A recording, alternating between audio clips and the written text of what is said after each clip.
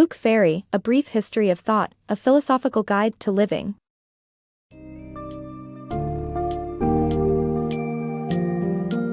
Dive into a riveting exploration of human thought and philosophy with Luc Ferry's A Brief History of Thought, A Philosophical Guide to Living. From the birth of philosophy to contemporary humanism, understand the evolution of human intellect, key philosophies, and the impact of thinkers like Nietzsche and Kant. This summary takes you on a journey across various philosophical stages, including theory, ethics, and salvation, while examining the relationship between religion, science, and philosophy. By the end of this summary, grasp the intricacies of postmodern thinking, Stoicism, and Christian thought, and uncover how wisdom can also be found in the present moment.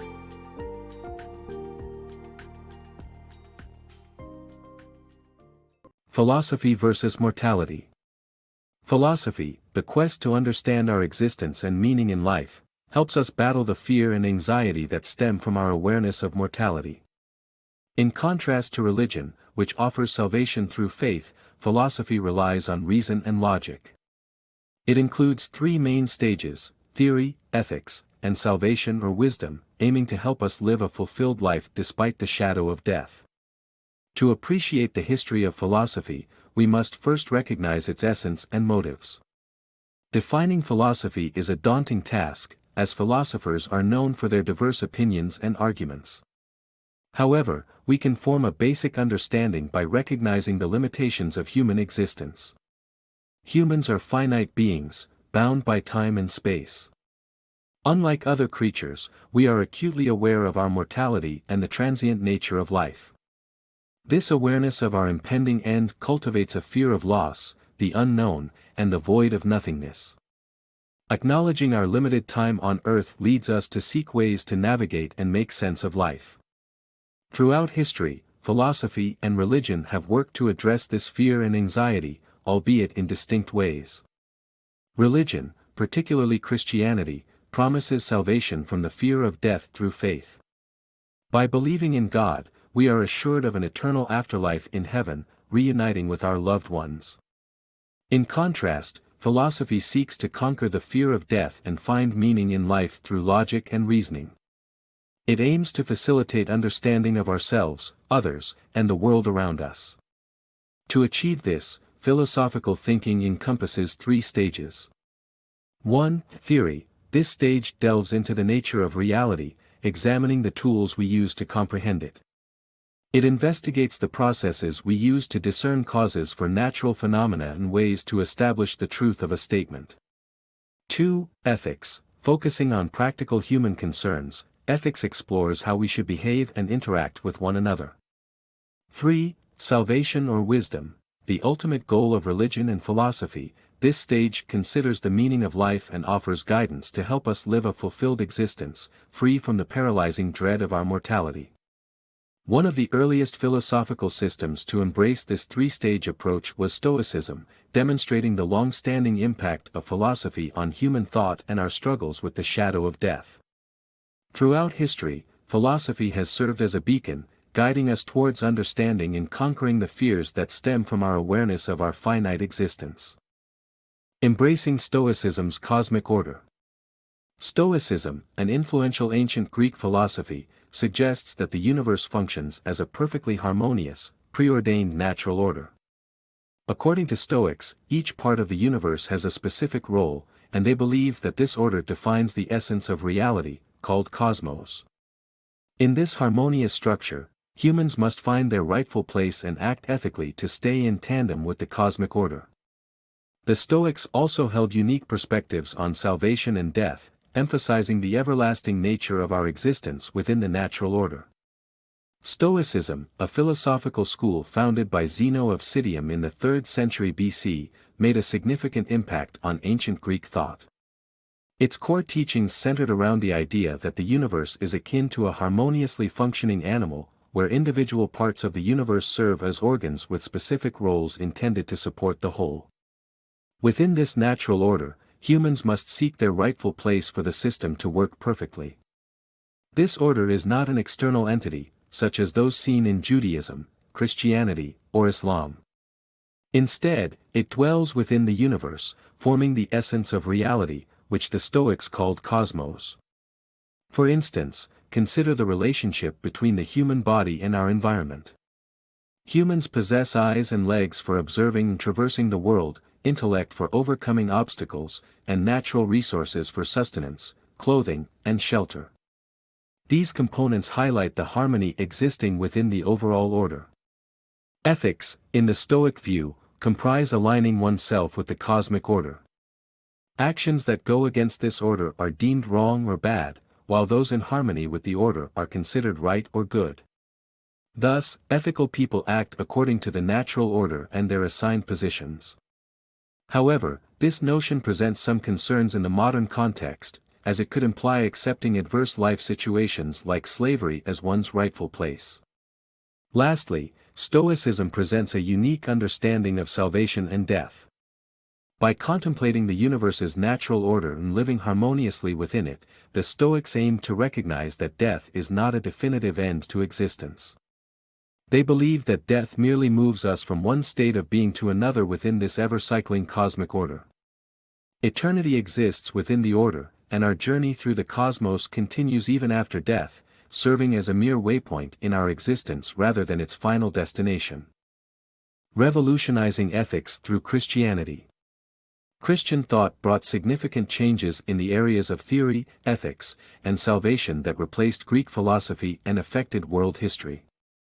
It made Jesus Christ the embodiment of logos, prioritized faith over reason, introduced the concept of human freedom, focused on inner spirituality, embraced the idea of a universally equal human race, and offered individual salvation in the afterlife.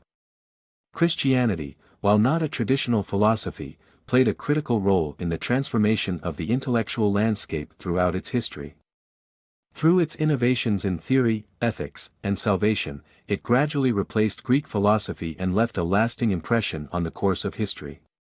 In the realm of theory, Christianity relocated the notion of logos, the universal, undeniable logic and reason, from the structure of the cosmos to the figure of Jesus Christ. It moved from an abstract, distant concept to an extraordinary, tangible individual. Furthermore, Christianity altered the way people approached understanding reality. Instead of relying on reason, Christians were encouraged to place their faith in Jesus, who represented the supreme creator and source of logos. Ethically speaking, Christianity brought forth three groundbreaking ideas. First, it denounced the ancient Greek idea of natural hierarchy, which posited that nature bestows individuals with varied levels of beauty, strength, and inherent abilities. From a Greek perspective, such disparities in qualities indicated a natural order where some individuals were destined for leadership and others for submission. Yet, Christianity argued that these variances held little significance, emphasizing the importance of personal choice in deciding the moral trajectory of one's life. Secondly, Christianity introduced the idea that our internal spiritual realm held greater importance than the external natural world. This ideology contributed to the willingness of early martyrs to face execution for their faith, knowing that the inner reality of God prevailed over the material world. The third ethical innovation was the inception of a modern, universally equal humanity concept. By personifying the Logos as Jesus Christ, and asserting that all people were equal in the eyes of God, Christianity fostered a new understanding of a collectively equal human race. Christianity's revolutionary ideas also extended to its doctrine of salvation. Rather than offer an abstract concept, it promised a personal, eternal life in the kingdom of heaven. This belief granted believers the ability to overcome their fear of death, with the assurance that they would retain their individuality and reunite with their loved ones in the afterlife. Through these dynamic innovations, Christianity reshaped the world's philosophical and ethical landscape for centuries to come. Embracing modern philosophy. In the 16th and 17th centuries, humanity's understanding of reality was challenged by new scientific discoveries, propelling us into a new era of philosophical thinking. Descartes and Rousseau spearheaded modern philosophy, providing humanity with a new ethical order, sense of salvation, and belief in self-perfectibility. This rethinking shifted our focus from a deity to ourselves, giving birth to pseudo-religions that promise earthly salvation and utopias, emphasizing the human potential to create a better reality. During the 16th and 17th centuries, mankind's understanding of reality was revolutionized by discoveries in astronomy and physics, rendering Earth as a finite speck amidst the infinite cosmos. This sparked fear and doubt as people struggled to establish their place in the cold and mechanical universe. A new ethical order and a reinterpretation of humanity's role in the world were needed, beckoning modern philosophy to fill the void. The French philosopher Descartes stepped forward, shaping the scientific revolution's doubt into a tool for philosophical inquiry. By adopting radical skepticism and critical thinking, Descartes scrutinized reality in search of an indisputable truth. Consequently, he conceived the critical spirit, which became fundamental to modern philosophy. Descartes used the concept of tabula rasa, an unblemished slate, to reject all prior beliefs and assumptions, commencing his investigations anew. Following Descartes, Jean-Jacques Rousseau heralded the philosophy of modern humanism, centering human beings within his worldview. By understanding ourselves, Rousseau claimed, we can comprehend the world we inhabit. He regarded humans as separate from mere animals, with our most distinguishing feature being our perfectibility.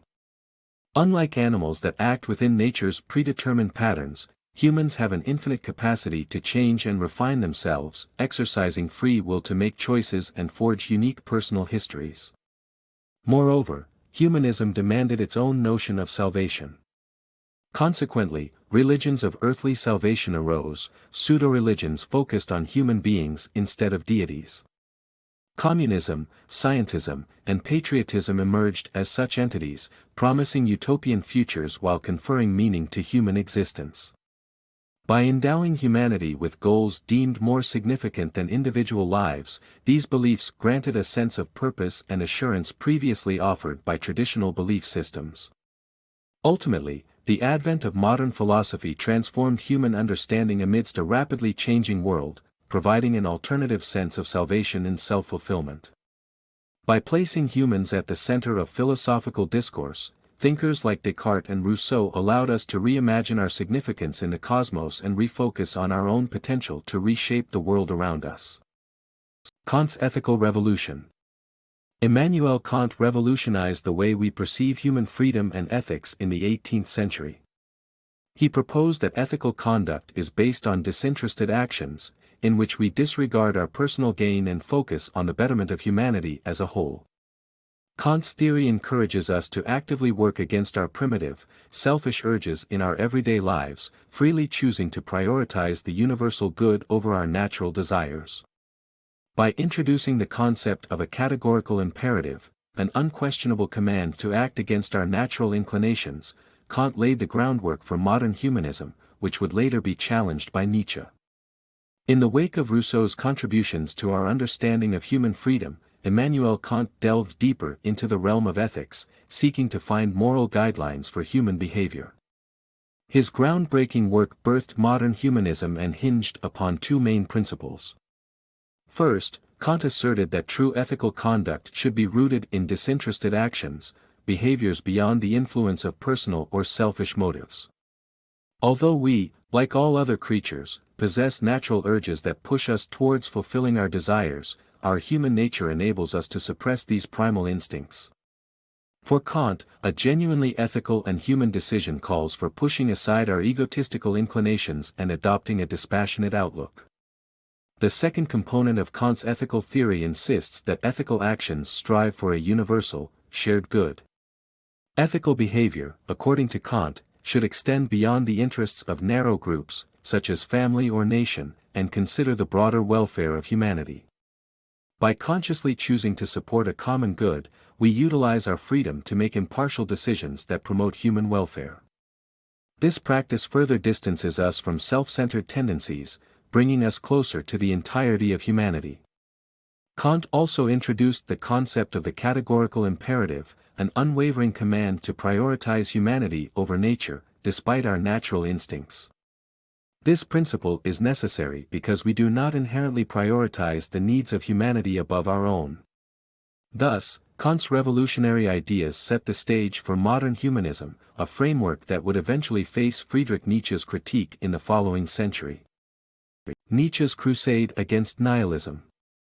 Friedrich Nietzsche, a pioneering German philosopher, challenged the accepted doctrines and beliefs of his time to fight against nihilism. He protested the idea that life's meaning came from an external force and emphasized the importance of balancing active and reactive forces to lead a vibrant and full life.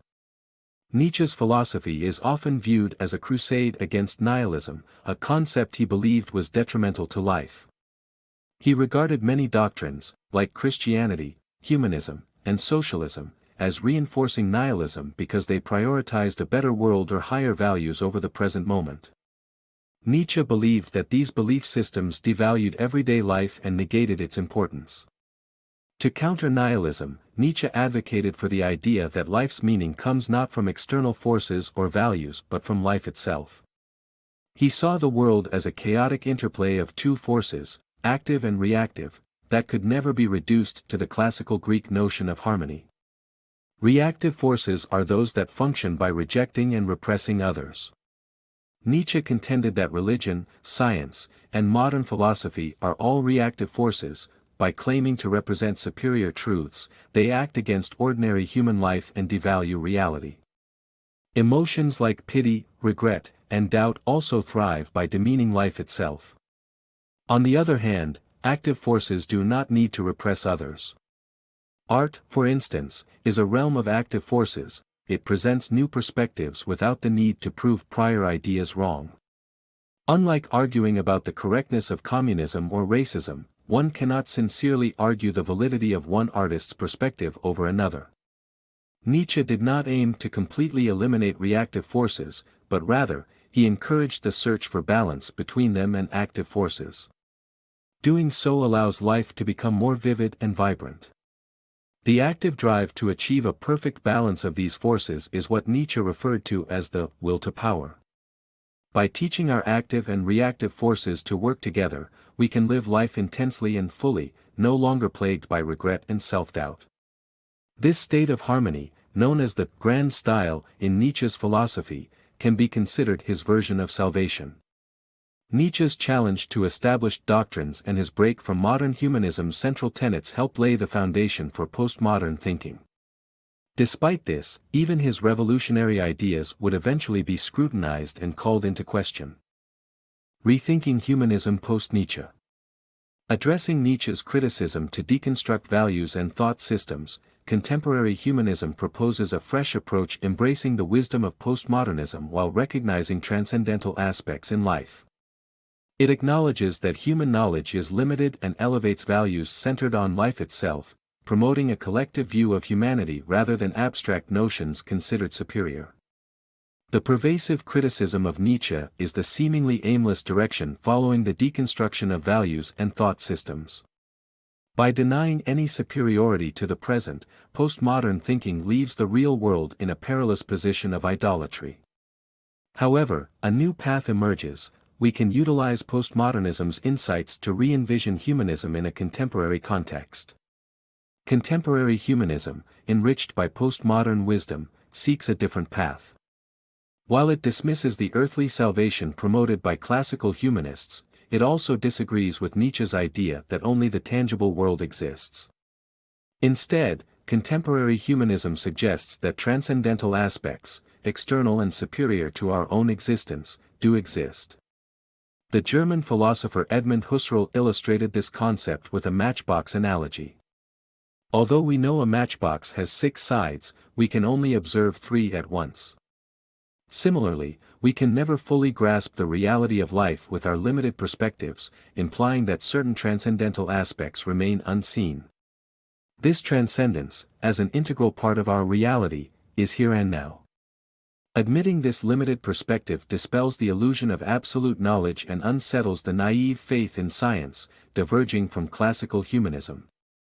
Transcendence is evident in tangible aspects, such as truth and beauty. Humans cannot invent mathematical truths or the intrinsic beauty within art.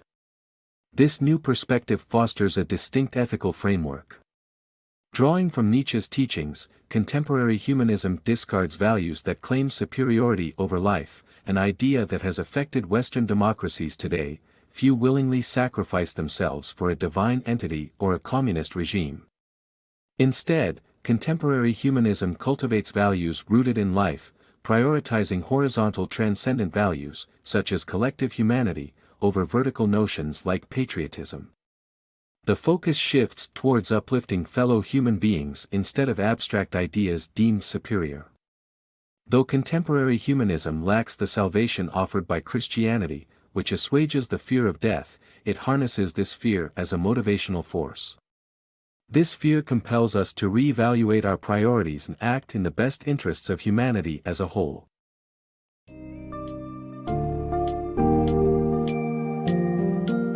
Luc Ferry's A Brief History of Thought is an enlightening exploration of ideas that have influenced human beliefs, values, and attitude for centuries. From the beginnings of Stoicism to the revolutionary work of Nietzsche and the emergence of contemporary humanism, the book provides a thorough and thought-provoking overview of Western philosophy. It also unravels the profound shifts in thought caused by science, ethics, religion, and transcendental values. As we live in a world that remains enmeshed with complex ideas, this book embodies an indispensable guide that helps us appreciate and engage with the overarching message of ancient wisdoms and their relevance to our modern lives.